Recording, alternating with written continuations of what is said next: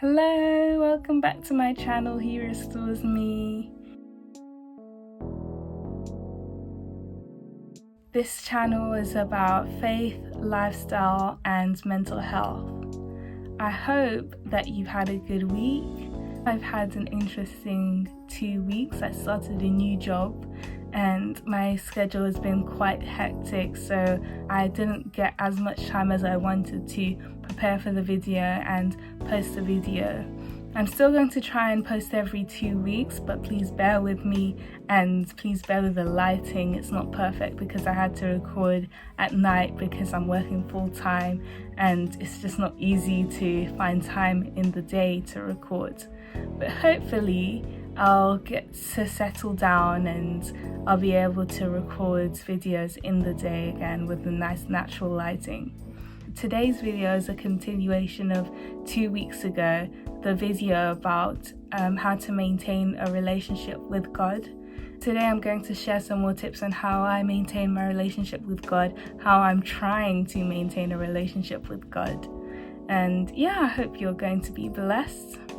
The first tip for how to maintain a relationship with God is to prioritize quiet time with God. I'm going to read from Mark chapter 1 verse 35. I'll put it up on the screen. It says, "Very early in the morning, while it was still dark, Jesus got up, left his house, and went off to a solitary place where he prayed." For some background on this Bible verse from Mark 1:35, Jesus healed a demon-possessed man and he also healed Simon Peter's mother-in-law. And so of course when people heard about this, they came to see Jesus and he spent pretty much the whole night healing people. As you can imagine, he must have been tired, but he still prioritized spending time with God in the morning. So he went to a solitary place and prayed. This story shows that if Jesus needs to when he's on earth, then how much more do we? We need that constant connection with God because our help comes from him, the creator of the heavens and the earth. Without him, we can't do anything. So I think it's important to remember that God is our source, our life source. He's our source of everything and we need to spend time with him, and sometimes it will involve quiet time because that's when we can hear him. Like I remember when he approached Elijah, he didn't come in the thunder or the storms, he came as a still quiet voice, and we need to hear that quiet voice. But sometimes all the distractions around us are stopping us from hearing the voice of God. It may not be an audible voice, it may be him coming to you in a vision or coming to you through circumstances or through God's word. This kind of brings me on to my next point, which is to speak to God regularly, even to speak to him about the small things. Sometimes we feel like we can only go to God about the big things that are happening in our lives, the milestones, and we sometimes forget the small things or the small issues, and we may go to a friend first or someone else. But it's important to prioritize regularly going to God and coming to him with even small matters, because when the big things happen, the big problems, then we'll more likely turn to him because we've gotten into the habit of spending time with him. Someone who spent time with God regularly was Daniel. There was that situation where King Darius sent out that decree that anyone who doesn't worship him will be thrown into the lion's den. And in that situation, Daniel still prayed 3 times a day.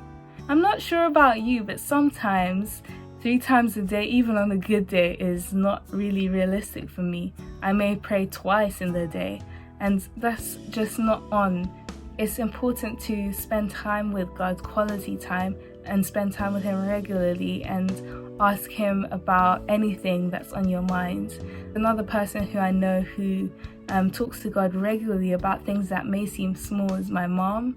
She'll talk to God throughout her day, and she might see someone in the streets and she'll think, oh, how can I be a blessing to them? And then she'll talk to them and she'll create conversation, and then it will go really well. And that's because she invited God into every aspect of her day and every aspect of her life. The last point is also quite similar to what I was talking about regarding my mom, and it's to challenge yourself to practically share the gospel. Sharing the gospel is a cool part of Christianity. You don't just keep the word to yourself, you're supposed to share it with others, and you're supposed to share God's love.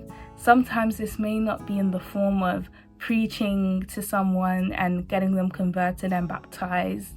It may involve just being a listening ear, being there to support someone practically through something. And we can't forget that Jesus always met people's physical and emotional needs whilst he was preaching to them, or before he was preaching to them. He would often have a meal or heal them or do something practical. So it's important to do practical things. For example, I challenged myself last week to talk to someone who I hadn't talked to in a while and see where the conversation goes and do it prayerfully. And that was really a positive thing, and it's something that I'm still praying about. There are different ways you can challenge yourself to practically witness to others and share the gospel. So I've shared with you 3 different tips on how to maintain a relationship with God. If you remember with me, the first one was to prioritize quiet time with God. And then the second one was to speak to God regularly, even about the little things. And the third point was to challenge yourself to share the gospel. So I hope you found those points helpful, and I might include a bit of a song at the end. Bye. The only thing I want in life is to be known for loving Christ, to build his church, to love his bride, and make his name known far and wide. For this cause I live, for this cause I die, I surrender all for the cause of Christ. All I once held dear, I will leave behind, for my joy is this, for the cause of Christ. He is all my soul prize, regardless of the joy or trial. When agonizing questions rise, in Jesus all my hope abides. For this cause I live, for this cause I die, I surrender all for the cause of Christ. All I once held dear, I will leave behind, for my joy